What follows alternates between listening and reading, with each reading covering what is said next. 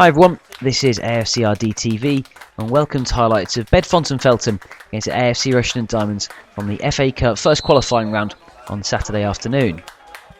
So for this contest, the Diamonds were missing a couple of key men, especially Richard Bunting in the centre of midfield, and that meant that Brad Harris would return to partner Dan Quigley in the centre of the park. And the Diamonds were fortunate that they would play a game quite so close to Heathrow Airport that everybody became something of a playing spotter for the day. First spot of action for the Diamonds will come as Tommy Berwick unleashed a shot on goal, but the Bedfont Feltham defence held clear. And then they had a little bit of luck as a dangerous looking corner evaded everyone. And in a rather patchy first half, the Diamonds would go on to have plenty of opportunities, but would be unable to take the vast majority of them. Again, Berwick and Lorraine involved, but again they weren't able to get a shot away.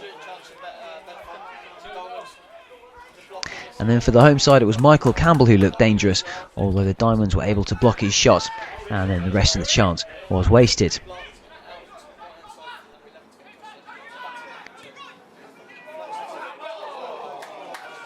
Like before, Tommy Berwick had a good effort as a header, although he couldn't quite get it on target.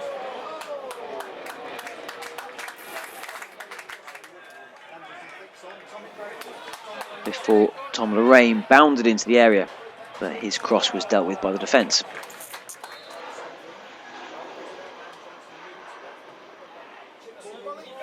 Then Liam Dolman would have an effort, although his header went over. And then eventually the Diamonds would take the lead. A lovely Sam Brown cross right onto the head of Dan Quigley, who scored the opener for the Diamonds, that in the 32nd minute.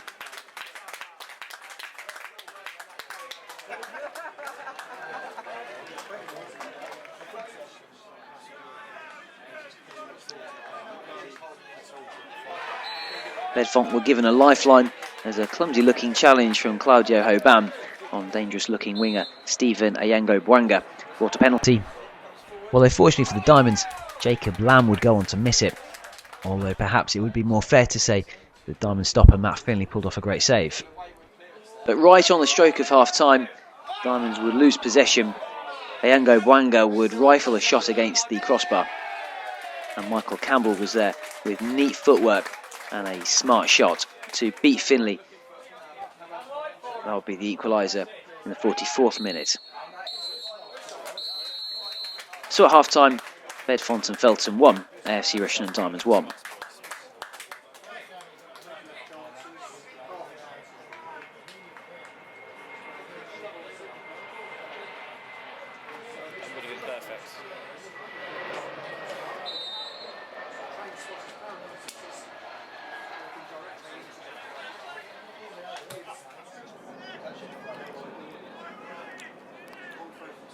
Diamonds would have the majority of the better chances in the second half as well.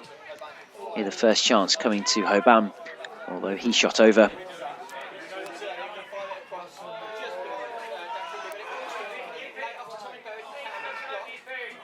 And then a number of Diamonds players would have efforts on goal, but last gasp defending from the home side would prevent any other goals.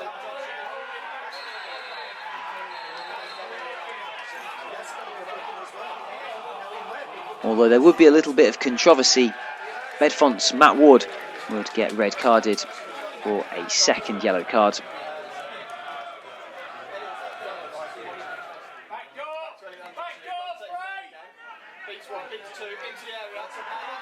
And just moments later, Jack Ashton decided to even things up with a rather reckless challenge, which produced an almost inevitable straight red.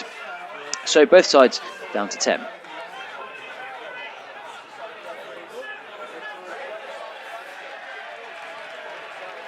But fortunately for the Diamonds, a potentially difficult situation was turned round. Dan Quigley was able to fire home his second goal of the game from a corner, and that restored the Diamonds' lead in the 64th minute.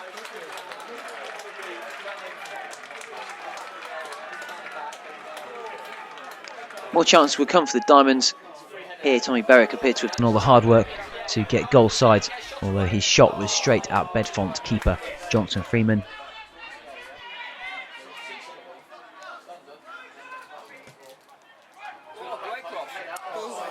And then Campbell will direct that header wide. So full time in a very entertaining affair, not least for the Plains. Bedfont Feltham 1, AFC Rushden Diamonds 2. And this means that the Diamonds will go into the hat for the draw for the FA Cup second round qualifying. I'm here at the Orchard near Heathrow after today's first qualifying round in the FA Cup, and I'm with a well-earned man of the match for Dan Quigley. Dan, well done. Did you enjoy that? Well, second half we enjoyed it. First half we got the run around a bit. We come here expecting to play football, but they just didn't make it that kind of game. They just were in our faces, didn't give us the time on the ball whatsoever, but we had to change our game plan second half. I think we've done all right. So all credit to them. I thought they started brightly, but then we got on top, and I thought you were controlling the game. Yeah, I thought we were controlling games in large spells, but like you say, you could always be wary of that. All they was looking was balls over the top. And Lammy and Peaky said that at half time. I think we cancelled that out well. So you're now the only player that scored in the FA Cup this season for the club. So tell us about your first goal. Great header. To be fair, it's a great ball by Brownie, and I just stood still and gambled, and he's just come to me. I was headed it bottom right. So 1-0. I thought we'd gone and easily dominate them, but then they came back and got the penalty. Good save by Matt. Great save. And it's just I thought it was a bit harsh pen. I thought it was a tango of legs. That's about it. But a pen's a pen, and Finney's has done wonders for us. But we still let them come on to us, and they got that goal with 3 chances to clear it, hit the bar, still couldn't clear it, and then the rebound. Oh, it's 7 seconds to go, and he puts it in the top left. I was like, oh, for God's sake, here we go. But then I thought, like we said, we got a bit of a good at half time. We come out second half and executed the plans well. So yeah, we were on top, and then they had a player sent off for a second booking. When we ran at them, we did cause them a lot of problems. We did, and it was a straight red. Claudio, every time he's got the ball, instead of passing, he gets smashed about 7 times a game. But that's just Claudio.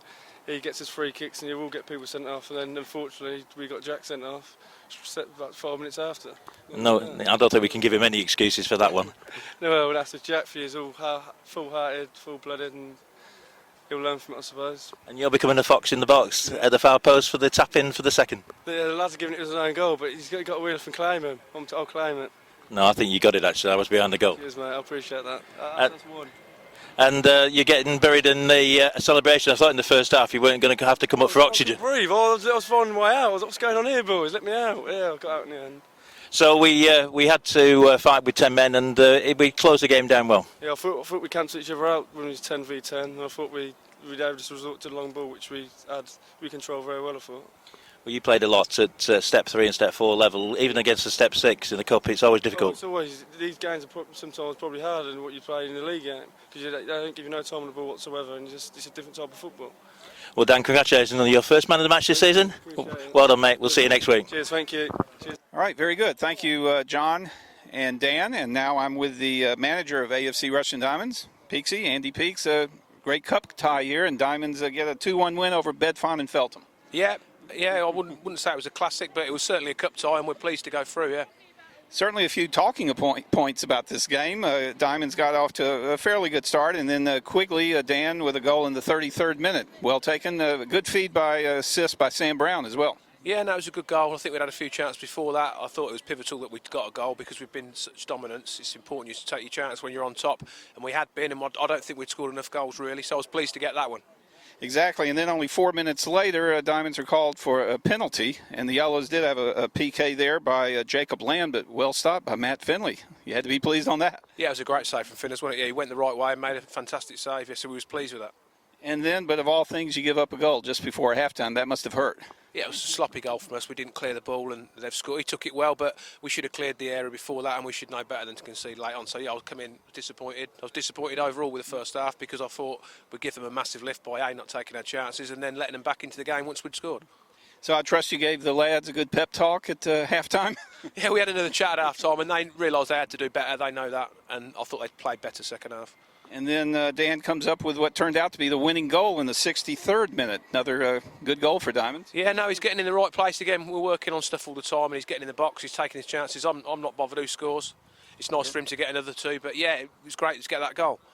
Now, before that goal, though, each team had a man sent off. First, they had a player with 2 yellows, and then, of all things, Jack Ashton actually had the straight red card. Yeah, no, I mean, I thought they made some cynical fouls all day, particularly on Elliott and Claudio. I thought caused them a lot of problems, and I think it was inevitable the 2 did get sent off in the end. That was always coming. I didn't think the referee had a great game, if I'm honest, in our favour, but I don't think I could particularly argue with Jack sending off. I think he made it easy for him to even it up. It was an error of the field. He didn't really make the tackle. He's apologised to the boys, and Jack's been brilliant the last couple of years, so he let himself down a little bit today, but he's given the club loads. He'll bounce back from it, and luckily we've won, and it will be forgotten. One thing different about today's game, though, we were the big boys as such. Possible banana skin there because we're 2 leagues above Bedfont and Feltham. Did that maybe hurt Diamonds in the long run? No, I mean, that's why we like the Cup, isn't it? Because, you look for shocks. This was all people look at this as a shock because they're 2 leagues below, but they're certainly a good team. We know that. I've watched them twice. I know they've got some good players, and we didn't underestimate them. We knew it was going to be a tough game, so to get away from here, my aim was not to be, to still be in the draw on Monday. To actually be through is a bonus for me, so yeah, absolutely delighted. Have you ever played a game this close to an airport? I mean, we're only a stone's throw from Heathrow, aren't we? I don't think you can get much closer and play safely, can you? So, no, I haven't played here. That made it interesting to say the least. But you're right, exactly. We'll be in the draw on Monday in the second qualifying round. But first things first, next Saturday, we're back at home finally against Aylesbury, near the top of the table, both teams. Yeah, no, it's a good game. We've had them watch today. They're at Chesham, so we'll get a bit more feedback, and we take each game as at time. Today for me is massive because in the FA Cup, if you don't play well and you get beat, you get no second chances. The league, you have got a bit more leeway, but we'll certainly be training this week, and we'll be looking forward to playing them next Saturday. It'd be nice to be home again. I think we come out of the game injury-free, although Brad took a nasty spill in the second half at one point. Yeah, Brad took a knock. We've got a few walking wounded at the moment with people not here. Your Spriggses, your Buntses, there's a few Courtney, so hopefully we've got a week now where we can get some back ready for next weekend. Exactly. We don't have a replay Tuesday night, thankfully, so good luck next Saturday. Thanks, Bruce. Cheers.